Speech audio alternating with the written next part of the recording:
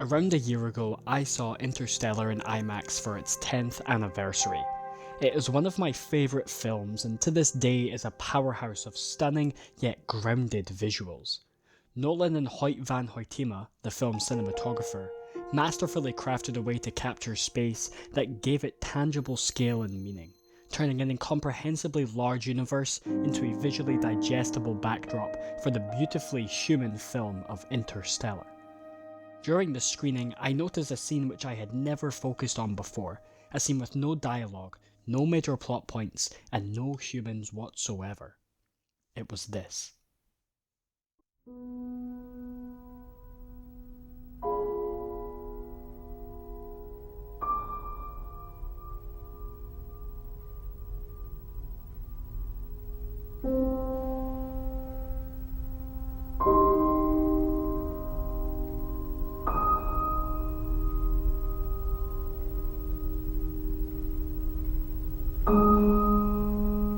The Endurance passing Saturn. Soundtracked by a single piano, this shot on an IMAX screen went from filler to one of the most breathtaking visuals I have ever seen in any movie. In fact, it made me cry. The initial wide shot of Saturn and the Sun, the lens flare as the camera pans to reveal the beautiful planet in its wide framing, and then the zoom in on the piano note, revealing the tiny white speck of the Endurance in the distance, barely moving past Saturn. This moment, which lasts around 40 seconds, conveys information so subtly, its details living in its simplicity. In a film filled with dramatic moments, soundtracked by Zimmer's existential score, moments with tears and shouting, panic and relief, the passing of Saturn almost feels out of place, and yet it is perfectly at home. A scene which conveys the physical state of their journey and stands out not by being the loudest, but the quietest. It allows for a much needed moment of rest before the oncoming 2 hours of love-driven drama. It stuck in my mind for the rest of the viewing, and then when I got home, it stayed as I was falling asleep, and when I woke up the next day, I thought of that scene. It was simply too good. It's scenes like this, ones that have actually affected me, that I want to discuss today. There won't be much research in this video, but rather an expression of what I personally enjoy and why I enjoy it. This is also a very similar idea to Jacob Geller's I Want to Tell You About My Favourite Fight Scene video, which is an incredible video and absolutely an inspiration for this one. So you should watch that video after this, because it's brilliant. Now, I really hope you enjoy this little journey with me as I discuss some scenes I wish to talk about. Up first, Mad Max Fury Road.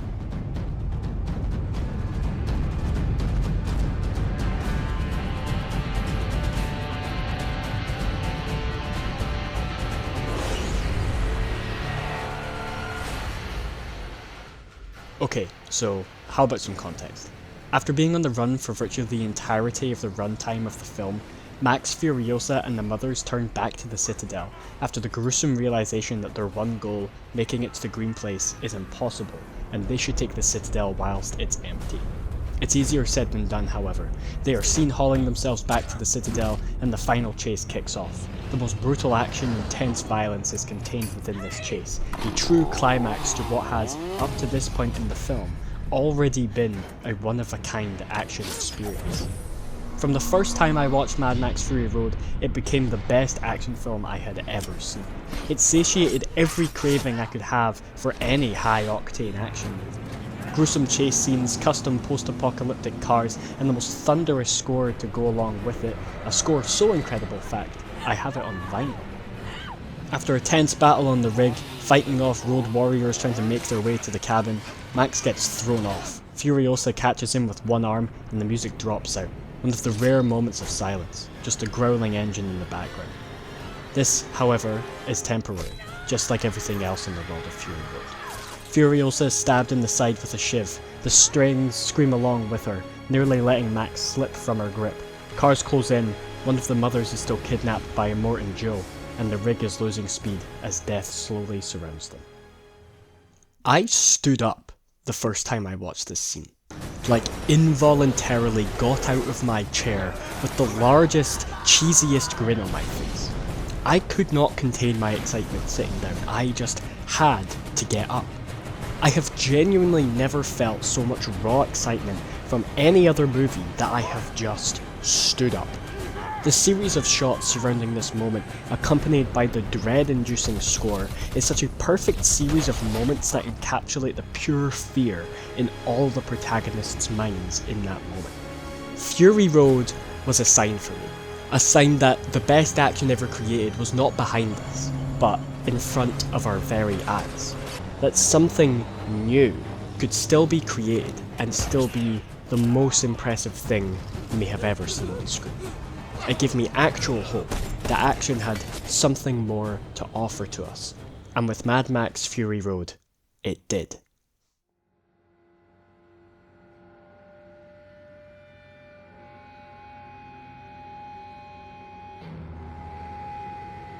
Sound of Metal is the heartbreaking tale of a drummer who loses his hearing. It features a one-of-a-kind performance from Riz Ahmed, and we follow his journey of turmoil, loss, and acceptance. This movie as a whole resonates with me as I am in fact a drummer, and I've also faced some hearing loss because of the hobby. Not quite to the extent of Ruben in the movie, but enough that I've taken a step back from drumming because of it. However, back in 2019, I was still of the opinion that drumming should be loud, and I shouldn't protect my ears because loudness is inherent in drumming. Quite foolish, as 6 years down the line I suffer the consequences. Oops. Anyways, I decide to watch this drumming movie. Hell, I loved Whiplash, so I wonder what this one has to offer.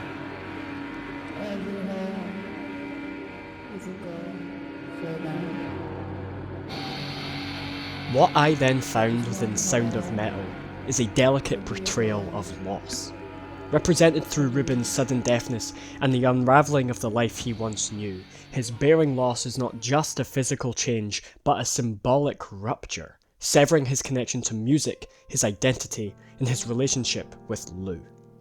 The film explores how Ruben initially resists this loss, desperately seeking to restore what was taken from him through medical intervention.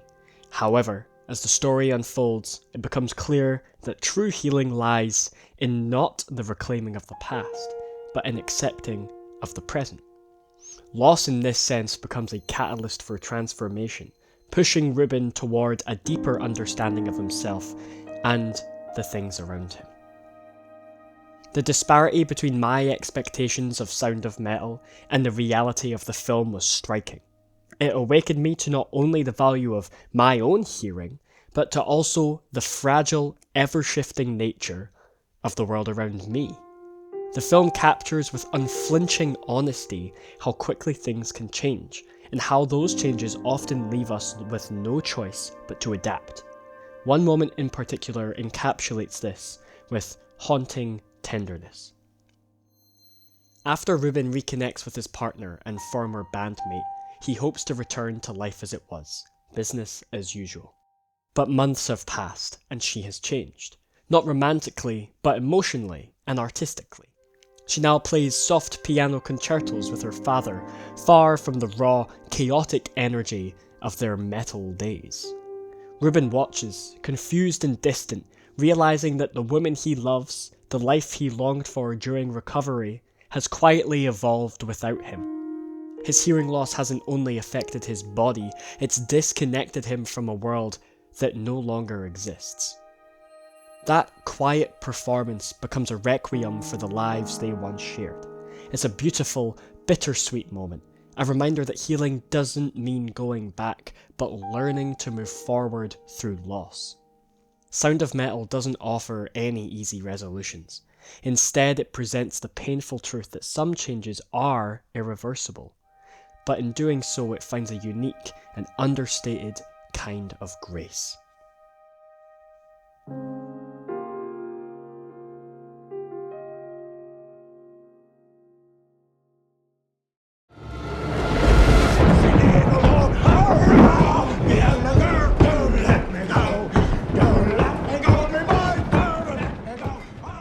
Robert Eggers' 2019 psychological thriller The Lighthouse seriously messed with my head the first time I saw it.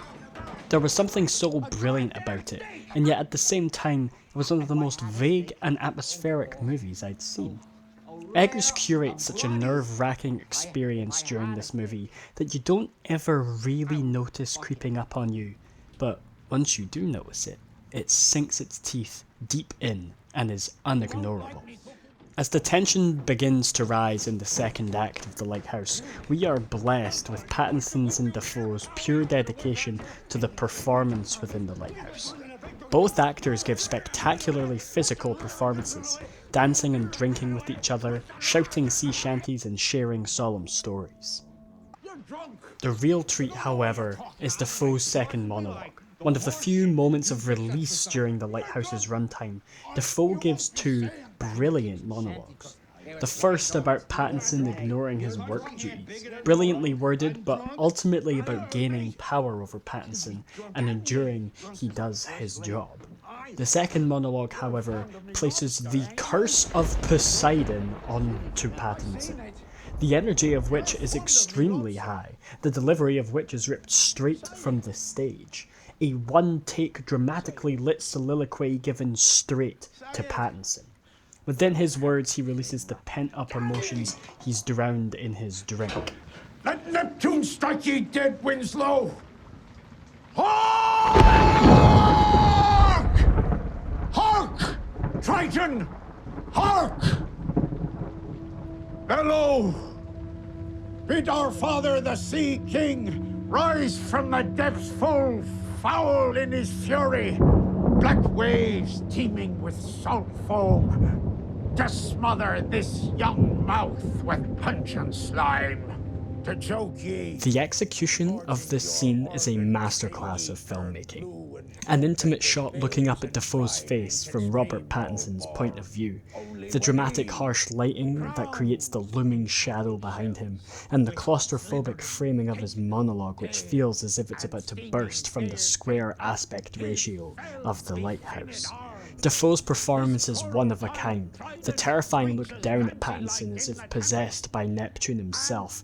He delivers every word with such diction and purpose, making sure every line is emphasized and understood. The collaborative forces at play in the making of this scene feels like a true testimony to the artistry of The Lighthouse. What Dafoe's monologue did for me was pique my interest in movies which demanded my attention. Movies whose stories are not presented at the forefront of its script, but which hide their meaning and purpose within their imagery and editing. It may seem obvious now, but to me, The Lighthouse was the eye-opening film I needed to understand that there is always more than meets the eye to any movie you are watching. Even any scantling of your soul is Winslow no more, but is now itself the sea. I have one more movie I wish to discuss today. A movie that for me is filled with nostalgia, with love, and with memories of my own childhood, which instills in me an unlikely hope for the dedicated individual. A hidden gem that, although being massively popularised in the 17 years since its release, is still overlooked and underrated.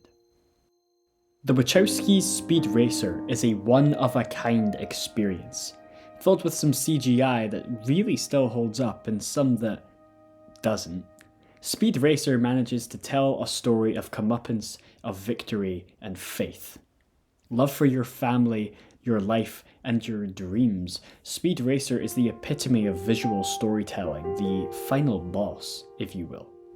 Few other movies can equal what Speed Racer does with its ability to turn kinetic energy into a moving story. If you know Speed Racer, then you know which scene I'm going to talk about. If you don't, here's some context. After battling off greedy sponsors and dirty racers, the Racer family are tired and unsure of their future, their name being used as a synonym for cheats and fakes. Speed Racer, the character, not the film, is done being bested by people he trusted. In an act of kindness, he is given his rightful invitation to compete in the Grand Prix, won via hard-earned victory in a previous race. His family, upon hearing the news, get working to build a car that rivals the greatest drivers in the world, with the goal of winning the Grand Prix. His world is on the line. This is his opportunity to take down the corporations taking over the sport, to show that passion and integrity make winners, not money. He takes his place and the countdown begins.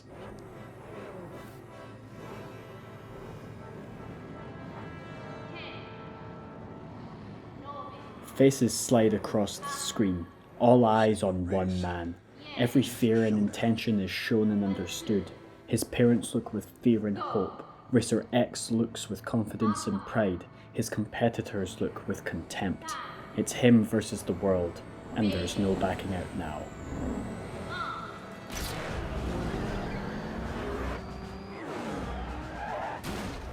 Racer causing a collision. Uh-oh, look out.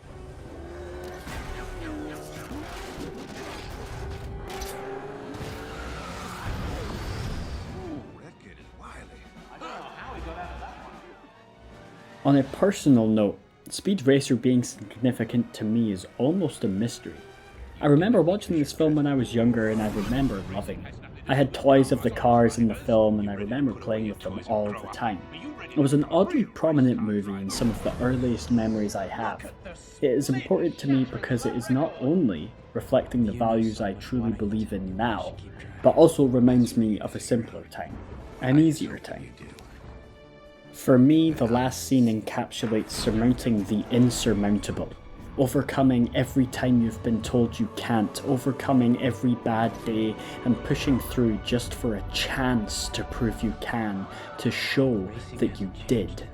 The joy of proving those who believed in you right, letting your own expectations fade away whilst your brilliance takes over, allowing who you are to show for who you say you are. I believe everyone has something brilliant about them, a skill or talent or affinity for something that they can use to do something right.